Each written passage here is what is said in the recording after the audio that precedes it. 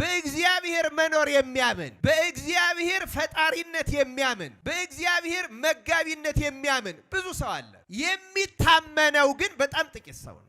እግዚአብሔር ጾም እንድንጎዳ የሰጠን ይመስላችኋል? ክርስቲያኖች እንድንጠቀም ሰውነታችን ልኩን እግዚአብሔር ያውቀዋል። የሚጠቅመውን እግዚአብሔር ያውቀዋል። እንኳን እግዚአብሔር የፈጠረውን ፍጥረት በዚህ ዓለም ቴክኖሎጂ የሚሰሩ ሰዎች የሰሩት ማሽን ምን ሲበዛ እንደሚበላሽ ምን ሲያሰው እንደሚጎዳ ያውቃሉ።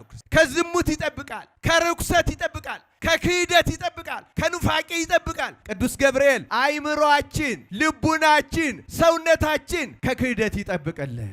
እግዚአብሔር እንኳን እኛ ጠይቀው ራሱም ተናግሮ አዘግይቶ ይሰጣል። ታውቃላችሁ አብርሃምን ልጅ እሰጥሃለሁ ዘርህ እንደ ሰማይ ከዋክብት እንደ ምድር አሸዋ ይበዛል አለው። ይሄን ከተናገረው በኋላ 25 ዓመት አስጠብቆታል። አብርሃም ሸምግሎ አርጅቶ ዘር መርትሮ ሙቀት ልምላሜ ተለይቶት ነው። እግዚአብሔር ለምን እንደሚያቆየው እሱ ያውቃል። ክርስቲያን የመጽሐፍ የሚነግረን ይሄ ነው። ስለዚህ አትቸኩሉ፣ አትታወኩ፣ አትረብሹ፣ ግን ልመናችሁንና ስለታችሁን ተናገሩ። ንስሐ እየገባን እየተናዘዝን እያለቀስን ይቅር በለን እያል እየታመንን እንናገር። ያን ጊዜ እግዚአብሔር መላእክቱን ያዛል። አንዳንድ ሰዎች አሉ በሀብታቸው ባለስልጣኖችን እየገዙ ባለመሳሪያዎችን እየገዙ እንደ አንበሳ ድሆችን የሚሰብሩ አሉ። ጉልበተኞች አሉ። እንደ እባብ መርዛሞች፣ ተንኮለኞች፣ ነገረኞች፣ ነገር ለዋጮች አሉ። እነዚህን ሁሉ እንድትረግጣቸው መልአኩ ያደርጋል። እስመ ለመላእክቲሁ ይእዝዞሙ በእንቲአከ ከመ ይቀቡከ በኩሉ ፍናዊከ። መዝሙር 90 ቁጥር 11 ላይ መላእክቱን ስለ አንተ ያዛቸዋል፣ እግርህ በእንቅፋት እንዳትሰናከል፣ ሌላም አደጋ ችግር እንዳይገጥምህ መላእክቱን ስላንተ ያዛቸዋል ይላል። ስለ ቃሉ የአምላካችን የእግዚአብሔር ስሙ የተመሰገነ ይሁን።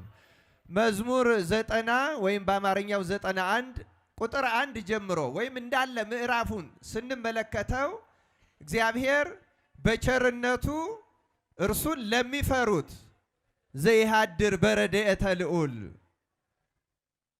በእግዚአብሔር ረድኤት ተጠልሎ ለሚኖር ሰው የእግዚአብሔርን እርዳታ ለሚያምን ሰው ለዚያ እግዚአብሔር የሚያደርግለትን ጥበቃ፣ መግቦት፣ ቸርነትና ደግነት በዚህ ምዕራፍ ላይ በሰፊው ይዘረዝራል።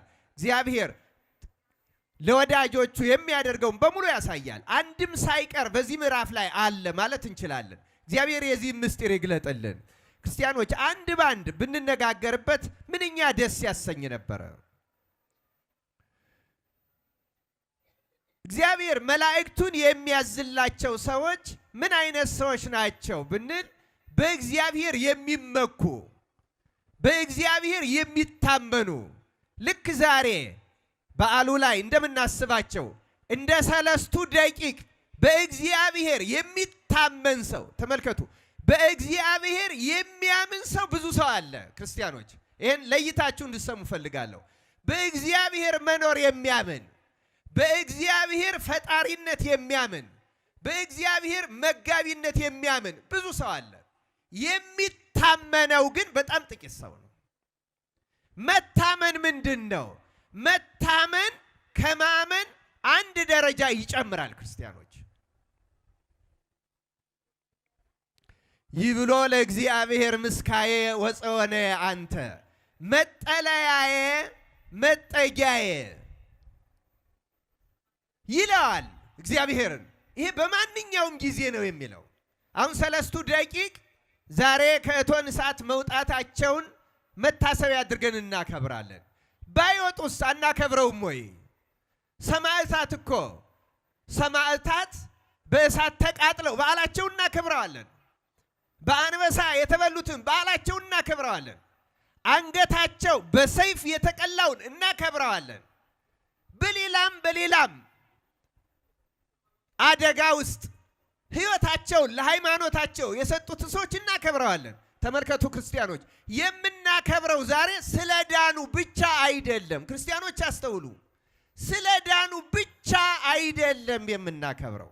እግዚአብሔር ማዳኑን ስለገለጸ፣ እግዚአብሔር ኃይሉን ስላሳየ፣ እግዚአብሔር በሱ የሚታመኑ ሰዎች ምን እንደሚደረግላቸው ስለገለጸ እናከብረዋለን። ስለተሰውትም ደግሞ እናከብረዋለን። ለምን? በዚያም የእግዚአብሔር ኃይል ይገለጻል።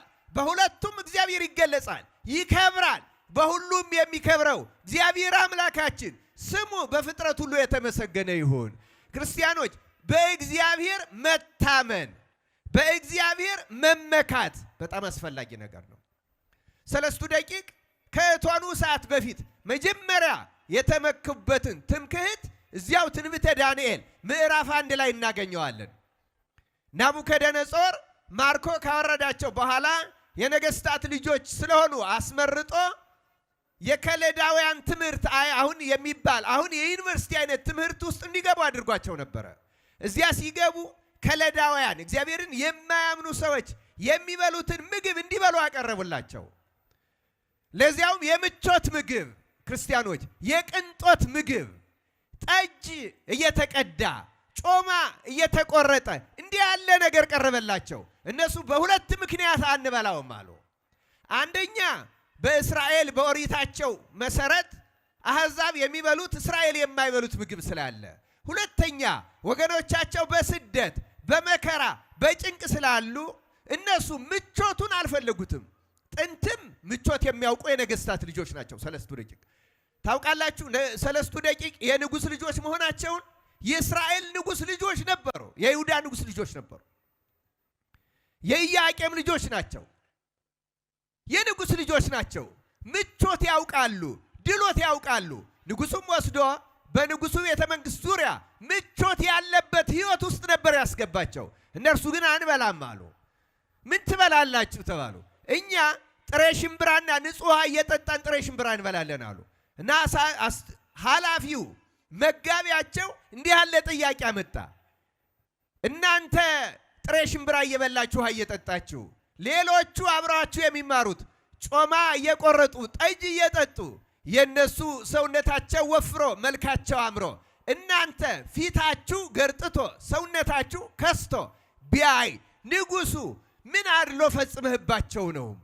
ምን በደል ፈጽመህባቸው ነው ብሎ እኔን ይቀጣኝ የለም ወይ? ይህን ማድረግ አልችልም አላቸው። ሰለስቱ ደቂቅ እንዲህ አሉ። ክርስቲያኖች እንዲህ አሉ ሰለስቱ ደቂቅ፣ ለ10 ቀን ብቻ ፈትነን፣ 10 ቀን እኛን ሽምብራ ብቻ ጥሬ ብቻ መግበን ውሃ እንጠጣ፣ ሌሎቹ የምቾት ምግቡን ይብሉ። እግዚአብሔር እኛን የሚያደርግልንን ታያለህ። እኛ አንተ እንደፈራኸው አንከሳም፣ አንገረጣም። እኛ እኮ ታውቃላችሁ ገና ጾሙ ስንባል እኮ ገና ፍርሃት ነው የሚይዘን ታውቃላችሁ። ጾም ሳንጀምር ሰውነታችን ይርዳል፣ ይንቀጠቀጣል። ይውላችሁ በእግዚአብሔር መታመን ማለት ይሄ ነው። እግዚአብሔር ጾም እንድንጎዳ የሰጠን ይመስላችኋል? ክርስቲያኖች እንድንጠቀም ሰውነታችን ልኩን እግዚአብሔር ያውቀዋል፣ የሚጠቅመውን እግዚአብሔር ያውቀዋል። እንኳን እግዚአብሔር የፈጠረውን ፍጥረት በዚህ ዓለም ቴክኖሎጂው የሚሰሩ ሰዎች የሰሩት ማሽን ምን ሲበዛ እንደሚበላሽ ምን ሲያሰው እንደሚጎዳ ያውቃሉ። ክርስቲያኖች እግዚአብሔር ምን እንደሚጎዳን ያውቃል። እና ተመኩ። በማን ተመኩ? በእግዚአብሔር ታመኑ። በማን ታመኑ? በእግዚአብሔር። እግዚአብሔር ሰውነት እንኳን ይሆነናል። አንተ መወፈራችን ከፈለከው፣ አንተ የሰውነታችን ማማር ወይም አለመክሳትና የፊታችን አለመገርጣት ከሆነ የምትፈልገው ያንን እግዚአብሔር በምንበላው ሽምብራ ያደርግልናል ብለው ታመኑ።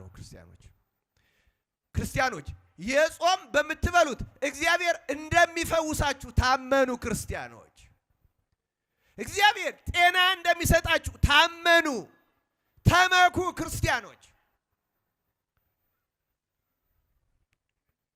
ምንታመን ከሆነ ልቦናችን መታመን ማለት የልብ ጥርጣሬ መናወጽ ሳይኖር እግዚአብሔር ያደርግልኛል ብሎ በፍጹም ልብ መቀበል መታመን ማለት ያ ነው። ክርስቲያኖች የሰለስቱ ደቂቅ የመጀመሪያ መታመናቸው ይሄ ነው። በምግብ አለመብረክረክ፣ አለመሳሳት፣ አለመጓጓት። ይኸው ክርስቲያኖች እዚህ የቅዱስ ገብርኤል በዓል ልታከብሩ የመጣችሁ ብዙ ሰዎች ታምነው ብዙ ተደርጎላቸዋል። ታምሩን ስንሰማ ነበር። አንዲት እህትም ለእኔ እንዲህ ብላ ነግራኛለች። ልጅ አጥቼ ኖሬ ነበረ ከአዲስ አበባ የመጣች እዚህ መጥቼ ተሳልኩኝ እና በአመቱ ልጅ አስታቅፈ መልሰኝ አልኩት። መጥቼ ልጅ ታቅፌ መጥቼ እዚህ ክርስትናውን አስነስቼ ሁለተኛ ተሳልኩ አለ። ከርሞ ደግሞ ነፍሰ ጡር ሆኜ እንድመጣ አድርገኝ አልኩት አለች። በአመቱ ነፍሰ ጡር ሆኜ መጥቼ ሁለት ልጆችን መንታ ሰጥቶኝ ተገላገልኩ አለች። አሁን ተመልከቱ፣ የሚታመኑ ሰዎች ይደረግላቸዋል። ክርስቲያኖች ይላካል፣ የእግዚአብሔር መልአክ ይላካል፣ ይደርሳል፣ ጸሎታችን ወደ እግዚአብሔር ያቀርባል። መጻሕፍት ያንን ይናገራሉ። እንደሰማችሁ ዛሬ በቅዳሴው ጊዜ ሲነበብ እንደሰማችሁት ለዘካርያስ መጥቶ ምንድነው ያለው ቅዱስ ገብርኤል? እኔ በእግዚአብሔር ፊት የምቆመው ገብርኤል ነኝ አለ። የእኛ መልአክ በእውነቱ በማን ፊት የምቆመው አለ? በእግዚአብሔር። እግዚአብሔር ፊትና ጀርባ አለው? የተወሰነ መቀመጫ ቦታ ቢሮ አለው እንዴ? እግዚአብሔር የለው። እግዚአብሔር በባህሪው እንዲህ አይነት አምላክ አይደለም። እንዲህ ሲል ነው ያ የተመረጠው ሙሴ ይላል ዳዊት በእግዚአብሔር ፊት ባይቆምላቸው ኑሮ ያጠፋቸው ዘንድ ተናገረ ተብሎ እንደተጻፈ። መቆም ማለት ማማለድ። ተመልከቱ፣ መቆም ማለት ማማለድ። ስለዚህ ቅዱስ ገብርኤልም በእግዚአብሔር ፊት የምቆመው ሲል ለምህረት፣ ለይቅርታ፣ ለረድኤት፣ ለበረከት የምቆመው ማለት ነው። ክርስቲያኖች እና ታመኑ ሰለስቱ ደቂቅ ከ10 ቀን በኋላ 10 ቀን ፈትነና ከ10 ቀን በኋላ ሲመጣ እነዚያ ሽምብራ እየበሉ ውሃ የሚጠጡት ሰለስቱ ደቂቅ ከሌሎቹ ጮማ ከሚቆርጡትና ጠጅ ከሚቀዱት ይልቅ ፊታቸው አምሮ ሰውነታቸው ወፍሮ፣ የሰውነታቸው መወፈር እነሱ አይፈልጉትም። የፈለገው የናቡከደነጾር ሹም ነው ከሱ እንዳይባል አደላህ እንዳይባል። እሱ ራሱ እኮ የሚያስገርም ሰው ነው። እኛ ሊቃውንት ሲተረጉሙ አሕዛብ ፍርድ ይጠነቅቃሉ ይላሉ። ፍርድ መጠንቀቅ ማለት አያደሉም። አያችሁ፣ አለማድላትን እግዚአብሔር በሕሊናችን ውስጥ ያሳድርብን። ስለማያደላ አደላ መባልም ስላልወደደ ከስታችሁ እንድትታዩ አልፈልግም አለ። እግዚአብሔር የሱን ፍላጎት አይቶ ሰለስቱ ደቂቅን ሰውነታቸውን ተንከባከበ። እግዚአብሔር የኛንም ሰውነታችን ይልቁንም የነፍሳችን አካል ቤተ መቅደሳችን እግዚአብሔር ይንከባከብልን፣ ይጠብቅልን። ክርስቲያኖች ቅዱስ ገብርኤል እንደምታውቁት አቃቤ እምነት፣ የኛ ሊቃውንት የመጀመሪያው አቃቤ እምነት ቅዱስ ገብርኤል ነው ይላሉ። ለምን? ሰይጣን በሰማያት በሳተ ጊዜ ይችን ነገር ከዚህ ጋር ማገናኘት ለምን እንደፈለኩ እናገራለሁ። ክርስቲያኖች የውስጥ ሰውነታችን እንዲጠብቅልን ነው፣ የነፍሳችንን መቅደስ እና ቅዱስ ገብርኤል ንቁም በበህላዌነ እስከ ንረክቦ ለአምላክነ አምላካችን እስኪገለጽልን ድረስ በሳጥናኤል እኔ አምላክ ነኝ ስብከት አንታለል፣ እግዚአብሔርን አንካደው፣ እንቁም ብሎ ሰራዊተ መላእክትን ያጸና ሃይማኖትን የጠበቀ የመጀመሪያው አቃቤ እምነት ቅዱስ ገብርኤል ነው። ከሱ ቀጥሎ ቅዱስ ሚካኤል ነው። በዚህ መሰረታዊ ምክንያት ከጥንት ከሐዋርያት ዘመን ጀምሮ የክርስቲያኖች ቤተ ክርስቲያን ህንፃ ቤተ ክርስቲያን ሲሰራ የውስጠኛው መቅደሱ ሁለቱ ሳንቃዎች ላይ ተከፋች ሳንቃ አለው። ወደ ግራና ወደ ቀኝ ነው የሚከፈት የቤተ መቅደስ በር። በአንድ በኩል አይዘጋም እንደ መኖሪያ ቤት። ለምን? መጋረጃውን በዕለተ ስቅለቱ ከተሰነጠቀ በኋላ ሳንቃው በሁለት በኩል ነው የሚዘጋ የሚደረገው እና በሳንቃው ላይ በቀኙ ሳንቃ ቅዱስ ገብርኤል፣ በግራው ሳንቃ ቅዱስ ገብርኤል ይሳልባቸዋል፣ ይቀረጽባቸዋል። ይሄ ጥንታዊ ትውፊት ነው በመላው ዓለም ያለ። ለምንድን ነው ይህን የሚደረገው? መቅደስ እግዚአብሔር የሚመለክበት መስዋዕቱ የሚሰዋበት ስለሆነ የመጀመሪያ አቃባያነ እምነት ሚካኤልና ገብርኤል ስለሆኑ የየትኛውም ቤተ መቅደስ ጠባቂዎች ናቸው። እኛ ደግሞ ሰዎች የእግዚአብሔር ቤተ መቅደስ ነን። ተመልከቱ፣ የሰለስቱ ደቂቅን ሰውነታቸውን እግዚአብሔር አሳምሮላቸዋል። የእኛን እንደዚህኛዋ ቤተ መቅደስ የውስጥ መቅደሳችንን እግዚአብሔር የሚያድርግበት አድርጎ ኑፋቄ የማይገባበት ክህደት የማይስተናገድበት ዝሙት ርኩሰት የጸዳበት እንዲሆን ቅዱስ ሚካኤልና ቅዱስ ገብርኤልን ለልባችንም መቅደስ እግዚአብሔር ጠባቂ ያደርገልን። ክርስቲያኖች እዩ፣ ካመን ይሄ ነው የሚደረግልን ለሚያምኑ ሰዎች። ለዚያ ነው አሁን የዮሴፍም ታሪክ ሲነገር የጲጥፋራ ሚስት ስትጎትተው ልብሷን ትቶላት ወጣ። ለአንድ ወጣት ይህ እንዴት ይቻለዋል የሚለውን ቅዱስ ጎርጎርዮስ ዘኑሲስ ሲተረጉም የጠበቀው ቅዱስ ገብርኤል ነው ይላል። ዮሴፍን ከዝሙት የጠበቀው ቅዱስ ገብርኤል የእኛንም ቤተ መቅደስ ከዝሙት በመርከስ ይጠብቅልን። ክርስቲያኖች የእውነተኛ እግዚአብሔር የሚመለክበት መቅደስ በሙሉ ገብርኤል ይጠብቃል። የሰው ሰውነት ሳትቀር ክርስቲያኖች ከዝሙት ይጠብቃል፣ ከርኩሰት ይጠብቃል፣ ከክህደት ይጠብቃል፣ ከኑፋቄ ይጠብቃል። ቅዱስ ገብርኤል አይምሮአችን፣ ልቡናችን፣ ሰውነታችን ከክህደት ይጠብቅልን። ይኸው ለዚህ ነው ስዕሉ ሳንቃው ላይ እና ክርስቲያኖች ገብርኤልን በልባችሁ ሳሉት። እዚህ የሚታየው ቤተ መቅደስ ላይ እንዳለ ሁሉ ሳንቃው ላይ፣ መግቢያው ላይ፣ በሩ ላይ እንዳለ ሁሉ አይምሮአችን ላይ ቅዱስ ገብርኤል ይታተምብን፣ ይሳልብን ክርስቲያኖች። እና ለዚህ ነው የሚታመኑ ሰዎች ስለሆኑ ሰለስቱ ደቂቅ በእግዚአብሔር ስለታመኑ ሃይማኖታቸውን ስለጠበቁ ሰውነታቸውን የሚያስፈልገው እንኳን ቅዱስ ገብርኤል እንዲያደርግ ስልጣን ተሰጠው። እግዚአብሔር ጸጋ ሰጣቸው። 10 እጅ ጥበብና እውቀት ሰጣቸው። በዚህ ጥበባቸው ምክንያት ነው ታላላቅ አውራጃዎች ላይ የተሾሙት። ሰለስቱ ደቂቅ ታላላቅ አውራጃዎች ላይ ተሾሙ።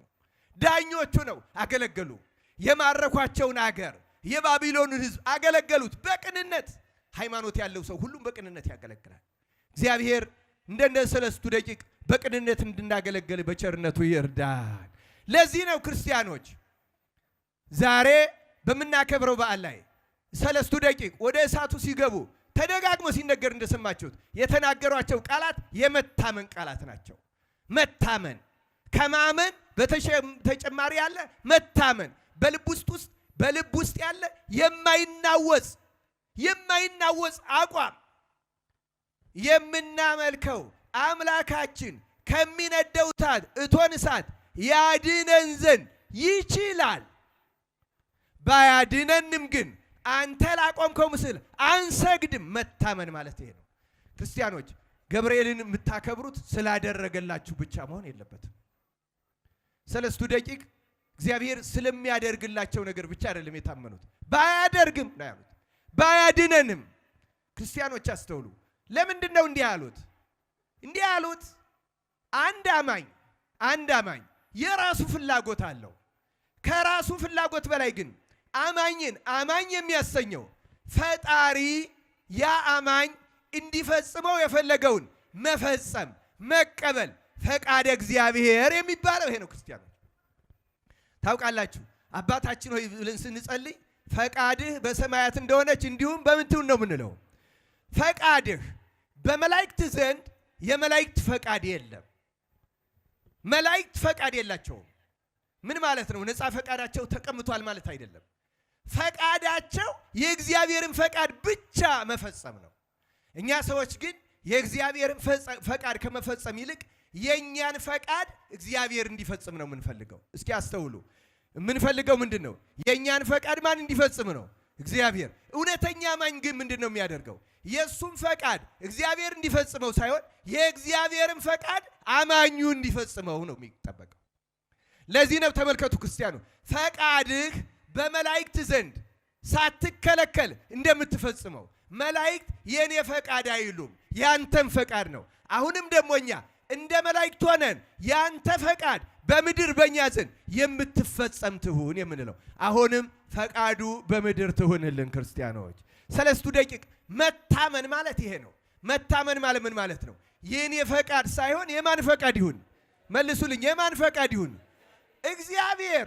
መቃጠላችን ፈቃዱ ከሆነ እንቃጠላለን እንጂ የሚያድነን ፍለጋ ከእግዚአብሔር ፈቃድ አንወጣም። ክርስቲያኖች አማኝ ማለት ይሄ ነው። የምትፈልጉት ይኸው ስለታችሁ በጣም ጥሩ ነው። እኔ ደስ ይለኛል እንገራችሁ። ግን ስለታችሁን የአማኞች አድርጉት። የአማኝ ስለት ማለት ምን ማለት? የአማኝ ስለት ማለት እናንተ የምትፈልጉት ካልተፈጸመ እግዚአብሔር አልሰማችሁም ማለት አይደለም። ቢፈጸምላችሁ እንደሚጎዳችሁ አውቆ እግዚአብሔር ሌላ የተሻለ የማታስተውሉትን ስለሰጣችሁ ነው። ክርስቲያኖች ለዚህ ነው የእግዚአብሔር ፈቃድ። እመኑ፣ ይሄን ከልብ እመኑ። እግዚአብሔር በእርግጠኝነት የጠየቃችሁት ያልተደረገላችሁ በሁለት ምክንያት ነው የሚሆነው። የምንጠይቀው የማይደረግ የመጀመሪያው እውነተኛ ንስሐ ያልገባን ሰዎች ከሆነ እግዚአብሔር ጸሎት የሚሰማው እውነተኛ ንስሐ የገባውን ሰው ነው። ሁለተኛ እውነተኛ ንስሐ እውነተኛ የቅድስና ሕይወት የምንከተል ከሆነ የጠየቅነው ነገር የማይጠቅመን ከሆነ ብቻ እግዚአብሔር አይሰጠንም። እግዚአብሔር የሚጠቅመንን ያደርጋል። ሌላው ቀርቶ ዘግይቶ የሚሆን ከሆነ ዘግይቶ ይሰጠናል። አስተውሉ ክርስቲያኖች፣ አስተውሉ። እግዚአብሔር እንኳን እኛ ጠይቀው ራሱም ተናግሮ አዘግይቶ ይሰጣል። ታውቃላችሁ አብርሃምን ልጅ እሰጥሃለሁ ዘርህ እንደ ሰማይ ከዋክብት እንደ ምድር አሸዋ ይበዛል አለው። ይሄን ከተናገረው በኋላ 25 ዓመት አስጠብቆታል አብርሃምን። ስንት ዓመት አስጠበቀው? መልሱልኝ፣ ስንት ዓመት? እግዚአብሔር ከተናገረን በኋላ እኛውን 25 ዓመት እንጠብቃለን። ለዚያውም አብርሃም የ75 ዓመት እያለ ነው የነገረው። የተፈጸመለት የ100 ዓመቱ ነው። ሸምግሎ አርጅቶ ዘር መርትሮ ሙቀት ልምላም የተለይቶት ነው። እግዚአብሔር ለምን እንደሚያቆየው እሱ ያውቃል። ክርስቲያኖች የመጽሐፍ የሚነግረን ይሄ ነው። ስለዚህ አትቸኩሉ፣ አትቸኩሉ፣ አትታወኩ፣ አትረብሹ። ግን ልመናችሁንና ስለታችሁን ተናገሩ። ንስሐ እየገባን እየተናዘዝን እያለቀስን ይቅር በለን እያል እየታመን እንናገር። ያን ጊዜ እግዚአብሔር መላእክቱን ያዛል። እስመ ለመላእክቲሁ የእዝዞሙ በእንቲአከ፣ ስላንተ ስለምትታመነው ሰው ስለምታምነው ሰው እግዚአብሔር መላእክቱን ያዛል፣ ይልካል። ከመይቀቡከ በኩሉ ፍናዊከ፣ በመንገድ ሁሉ ነው የሚለ እግዚአብሔር ቃል። ተመልከቱ። በትዳር መንገድ ይሁን፣ በስራ መንገድ ይሁን፣ በንግድ መንገድ ይሁን፣ በእርሻ መንገድ ይሁን፣ በትምህርት መንገድ ይሁን፣ በየትኛውም መንገድህ እግዚአብሔር መላእክቱን ያዝልሃል። ከመኢትታቀፍ በእብን እግርከ፣ እግርህ እንኳን አንዳች እንቅፋት እንዳይገጥማት ድንጋዮቹን እስኪያነሱ ድረስ እግዚአብሔር መላእክትን ያዛል።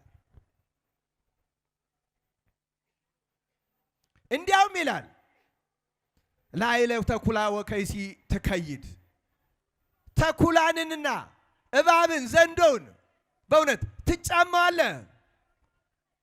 ወትከይድ አንበሳ ወከይሲ፣ አንበሳውን እባቡንም ሁሉ እንድትረግጠው ያደርግሃል አለ። ምን ማለት ነው ይሄ? ተመልከቱ። ተኩላ በጎችን የሚበላ ክፉ አውሬ ነው ክርስቲያኖች። እባብ ወይም ዘንዶ መርዛማ፣ ቆዳው የለሰለሰ በመርዙ የሚነድፍ ነው። አንበሳስ ጉልበተኛ ኃያል እንስሳን ሁሉ የሚሰብር ነው። እነዚህን ትረግጣለህ ማለት ምን ማለት?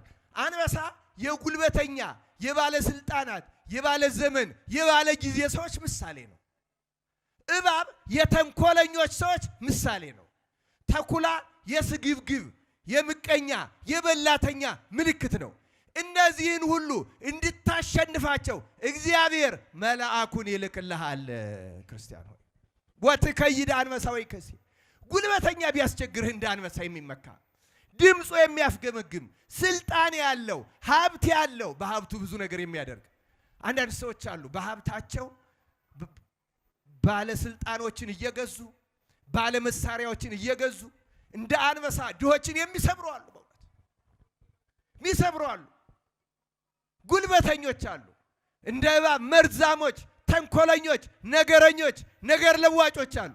እነዚህን ሁሉ እንድትረግጣቸው መልአኩ ያደርግሃል። ዛሬ የሰለስቱ ደቂቅ ባህሌ ነው የሚያስረሳ። አንበሳውን አስተውሉ ክርስቲያኖች፣ ቆይ ተረጋጎ። አንበሳውን ናቡከደነጾርን ረገጡት። ዛሬ ናቡከደነጾር ተሸነፈ፣ ጉልበቱ አቃተው፣ ተብረከረከ፣ እሳት አነደደ። ተንኮለኞቹን ደግሞ ምን አደረጋቸው? እሳቱ ቀድሞ በላቸው። ክርስቲያኖች ይኸው መልአኩ ተላከ፣ ገብርኤል ወረደ፣ ተንኮለኞች ተቃጠሉ። ኃያሉ ጉልበተኛው አንበሳው ናቡከደነጾር ተብረከረከ። እኔ ነኝ አምላክ ያለው ራያ ማለት ልጅ ይመስላል። ይሄ አራተኛው አለ። አያችሁ እግዚአብሔር ምን እንደሚያደርግ።